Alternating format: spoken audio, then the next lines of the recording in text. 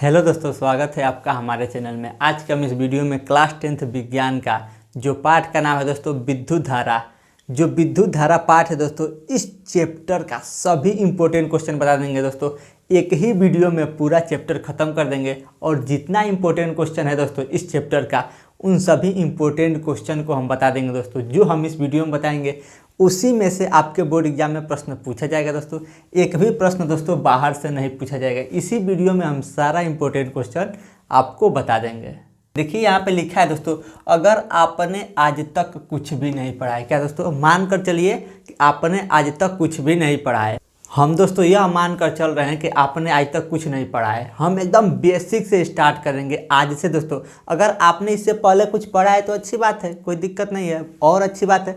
लेकिन हम मान ले रहे हैं कि आपने आज तक कुछ नहीं पढ़ा है, तब तैयारी कैसे करें बोर्ड एग्जाम की। तो हम ऐसे तैयारी कराएंगे कि आप आज तक कुछ भी नहीं पढ़े होंगे, तभी भी बोर्ड एग्जाम में दोस्तों 80% से, अगर आप पढ़ाई किए होंगे दोस्तों तो 80% से ज़्यादा नंबर लाएंगे। लेकिन अगर आपने आज तक कुछ भी नहीं पढ़ा होगा दोस्तों, तभी भी 80% तक नंबर आप ला सकते हैं। आप यह टेंशन लेना छोड़ दीजिए कि आज से पहले क्या पढ़ा। अब सिर्फ इस पे फोकस करिए कि आज से हम क्या पढ़ रहे हैं। ठीक, जो हम बताएंगे उसी में से प्रश्न आएगा दोस्तों। जो हम दोस्तों इस वीडियो में जो जो प्रश्न बताएंगे उसी में से कोई ना कोई प्रश्न पूछा जाएगा। एक भी प्रश्न बाहर से नहीं आएगा दोस्तों। हम हर साल इंपॉर्टेंट क्वेश्चन बताते हैं। जो हम बताते हैं दोस्तों उसी में से बोर्ड एग्जाम में आता है। ठीक, प्रश्न कैसे पूछेगा और उसका उत्तर कैसे लिखेंगे, हम दोस्तों यह भी बताएंगे कि बोर्ड एग्जाम में आपसे प्रश्न कैसे पूछेगा और उसका उत्तर कैसे लिखेंगे। तो चलिए दोस्तों, हम कॉपी पे आपको बता रहे हैं कि प्रश्न कैसे पूछेगा और उसका उत्तर कैसे लिखेंगे। तो देखिए दोस्तों, हम कॉपी पर आ गए हैं। बोर्ड एग्जाम में आपसे प्रश्न पूछेगा कि विद्युत आवेश किसे कहते हैं, यह कितने प्रकार का होता है। क्या दोस्तों, बोर्ड एग्जाम में आपसे क्या प्रश्न पूछेगा कि विद्युत आवेश किसे कहते हैं, यह कितने प्रकार का होता है। तो चलिए इसका उत्तर देखिए। सबसे पहले विद्युत आवेश समझेंगे किसे कहते हैं। विद्युत आवेश के कारण कोई धातु, क्या दोस्तों, विद्युत आवेश के कारण कोई भी धातु, विद्युत धातु का मतलब क्या हो जाएगा दोस्तों, लोहा, कॉपर का तार, यह सब क्या है, धातु है। जो तार होता है यह सब क्या आते हैं, धातु में आते हैं। धातु विद्युत व चुंबकीय प्रभाव उत्पन्न करता है। क्या करता है दोस्तों, विद्युत आवेश के कारण कोई भी धातु, कोई भी लोहा है, अगर उसमें विद्युत आवेश रहेगा तो वह क्या करेगा, विद्युत व चुंबकीय प्रभाव उत्पन्न करेगा। विद्युत प्रभाव का मतलब हो जाएगा दोस्तों, उसको छूने पर लाइट मारेगा। अगर उसको छूने पर लाइट मारेगा, कोई भी तार है अगर उसमें लाइट करंट रहे तो उसको छूने पर क्या मारेगा, उसको छूने पर क्या होगा दोस्तों, करंट मारेगा। और चुंबकीय प्रभाव उत्पन्न करेगा। चुंबकीय प्रभाव का मतलब वो खींच लेगा। आप सुने होंगे दोस्तों कि लाइट खींच लिया तो क्या करता है दोस्तों, धातु क्या करता है, तो दोस्तों जिस धातु में विद्युत आवेश रहता है वो क्या करता है, चुंबकीय प्रभाव उत्पन्न करता है, खींच लेता है।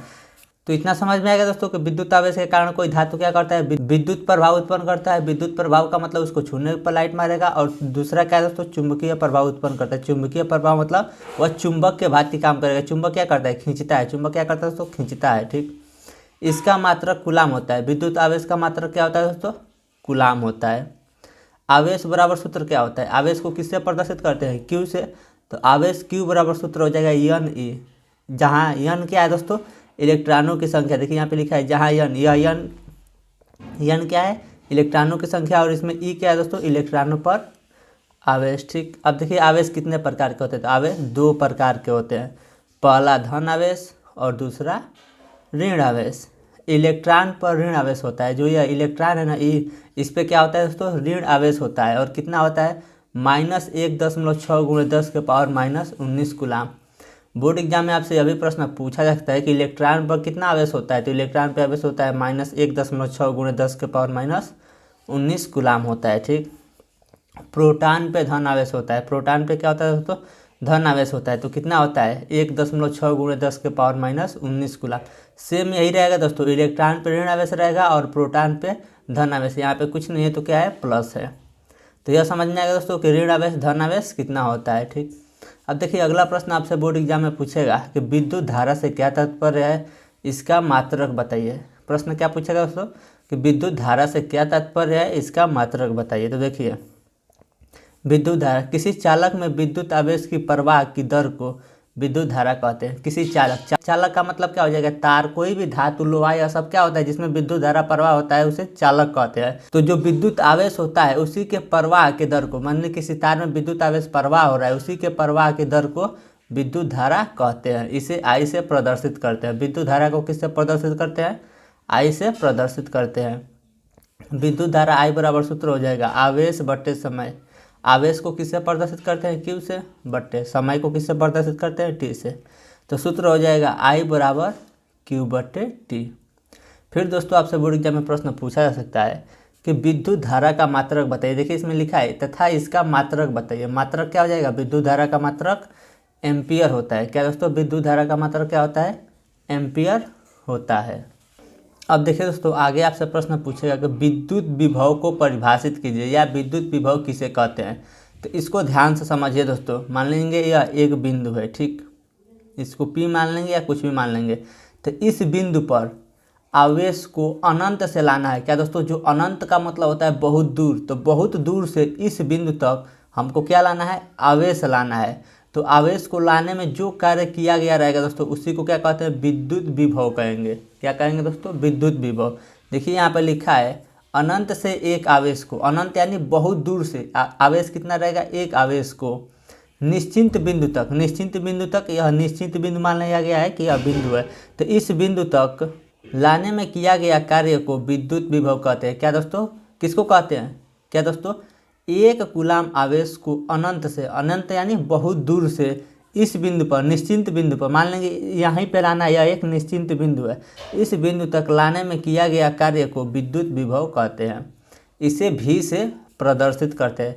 विद्युत विभव को किससे प्रदर्शित करते हैं दोस्तों, भी से प्रदर्शित करते हैं, ठीक।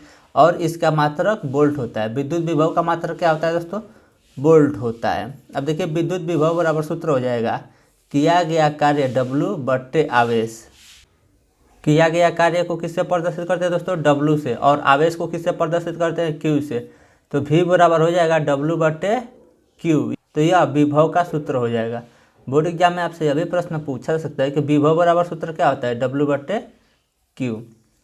अब दोस्तों आगे आपसे प्रश्न पूछा जा सकता है कि विभवांतर से आप क्या समझते हैं, या विभवांतर का परिभाषा लिखिए, या विभवांतर किसे कहते हैं। तो देखिए इसका आंसर क्या हो जाएगा। इसमें क्या होगा दोस्तों, यह मान लेंगे यहाँ पे एक बिंदु मान लेंगे।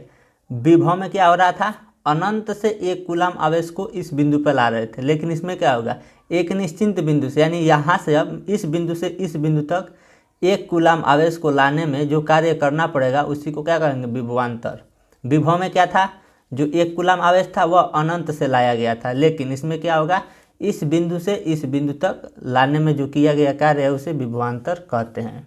देखिए वही चीज़ यहाँ पे लिखा है कि विभवांतर किसी चालक में एक बिंदु से दूसरे बिंदु तक ले जाने में किया गया कार्य को विभवांतर कहते हैं। क्या दोस्तों, किसी चालक तार, मान लीजिए कोई तार है, या मान लेंगे, क्या मान लेंगे कि तार है, लोहा है, तो एक बिंदु से दूसरे बिंदु तक ले जाने में, एक कूलाम आवेश को एक बिंदु से दूसरे बिंदु तक ले जाने में किया गया कार्य को विभवांतर कहते हैं।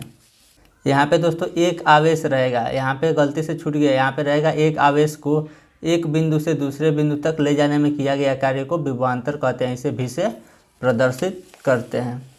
विभवांतर बराबर सूत्र क्या हो जाएगा दोस्तों, किया गया कार्य बट्टे आवेश, और विभवांतर को किससे प्रदर्शित करेंगे, डेल्टा V से प्रदर्शित करते हैं। तो डेल्टा V बराबर सूत्र हो जाएगा W बट्टे Q। इसका मात्रक वोल्ट होता है। क्या दोस्तों, विभवांतर का भी मात्रक क्या होता है, वोल्ट होता है, और विभव का भी मात्रक वोल्ट होता है। दोनों में सिर्फ अंतर इतना ही होता है कि विभव में एक कूलाम आवेश को अनंत से लाएंगे, और विभवांतर में एक कूलाम आवेश को एक बिंदु से दूसरे बिंदु तक ले जाएंगे, ठीक। अब देखिए अगला प्रश्न दोस्तों बहुत इंपॉर्टेंट है। बोर्ड एग्जाम में आपसे प्रश्न पूछेगा कि ओम का नियम क्या है। क्या दोस्तों, ओम का नियम क्या है। तो ओम का नियम हो जाएगा, ओम का नियम किसी चालक का मतलब कोई तार है जिसमें विद्युत धारा प्रवाह होता है, तार का ताप व लंबाई न बदला जाए, ना उसका ताप बढ़ाना है, मतलब उसको गर्म नहीं करना है, ना ही उसका लंबाई बढ़ाना है। तो चालक में बहने वाली धारा, जो विद्युत धारा उसमें बहेगी दोस्तों, चालक के सिरों के बीच विभवांतर के अनुक्रमपाती होता है। तो देखिए क्या होता है, अनुक्रमपाती होता है। तो विभवांतर अनुक्रमपाती का यह चिन्ह है। क्या लिखा है दोस्तों, विभवांतर अनुक्रमपाती होता है किसके, विद्युत धारा यानी बहने वाली धारा के अनुक्रमपाती होता है। तो विभवांतर को किससे प्रदर्शित करते हैं दोस्तों, भी से, और यह अनुक्रमपाती लिखते हैं। फिर धारा को किससे प्रदर्शित करते हैं? आई से। तो भी अनुक्रमपाती क्या हो गया? आई हो गया। फिर इसको लिखेंगे भी बराबर आई आर। जब अनुक्रमपाती को हटाएंगे तो आर लगा देंगे। तो यहाँ पे लिखे हैं जहाँ आर अनुक्रमपाती नियतांक है। आर क्या है दोस्तों? अनुक्रमपाती नियतांक है। इसका मतलब अनुक्रमपाती को हटाए हैं, बराबर लगा देंगे और उसके जगह पर आर लिख देंगे, जिसे प्रतिरोध कहते हैं। आर को क्या कहते हैं दोस्तों? प्रतिरोध कहते हैं।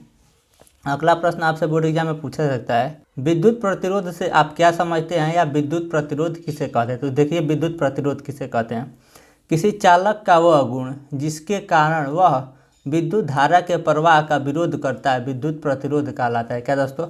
यानी कोई चालक तार है, इसमें विद्युत धारा प्रवाह हो रहा है, तो वह चीज़ जो विद्युत धारा को रोकता है, प्रतिरोध करना का मतलब विरोध करता है, रोकता है। जब विद्युत धारा बहता है तो जो विद्युत धारा को रोकता है, बहने से रोकता है, उसका विरोध करता है, उसे विद्युत प्रतिरोध कहते हैं। देखिए यहाँ पे लिखा है प्रवाह का विरोध करता है, यानी जब विद्युत धारा प्रवाह होता है उसको विरोध करता है, उसी को विद्युत प्रतिरोध कहते हैं।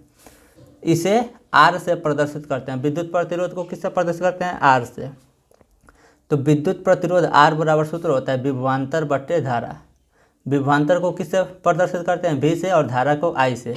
तो आर बराबर सूत्र हो जाएगा भी बट्टे आई। इसका मात्रक वोल्ट प्रति एम्पियर होता है। प्रतिरोध का मात्रक क्या होता है? वोल्ट प्रति एम्पियर होता है।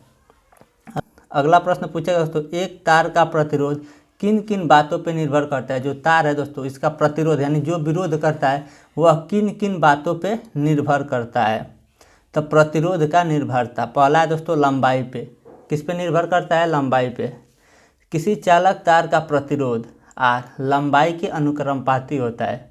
जो प्रतिरोध आर है दोस्तों, वह लंबाई एल के अनुक्रमपाती होता है। तो यही लिखा गया है, प्रतिरोध आर अनुक्रमपाती लंबाई एल के अनुक्रमपाती होता है। इसका मतलब लंबाई बढ़ेगा तो प्रतिरोध बढ़ेगा, यानी जितना तार ज़्यादा लंबा रहेगा उसमें विद्युत प्रतिरोध उतना ही ज़्यादा रहेगा। ठीक। दूसरा है दोस्तों क्षेत्रफल पे। क्षेत्रफल पर भी निर्भर करता है।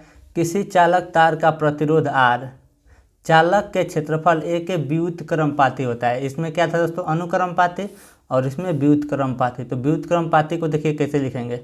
आर, यह हो गया अनुक्रमपाती को लिखकर, जब इसको लिखेंगे तो बट्टे में लिख देंगे 1/A। तो यह क्या हो जाएगा? व्युत्क्रमपाती होता है।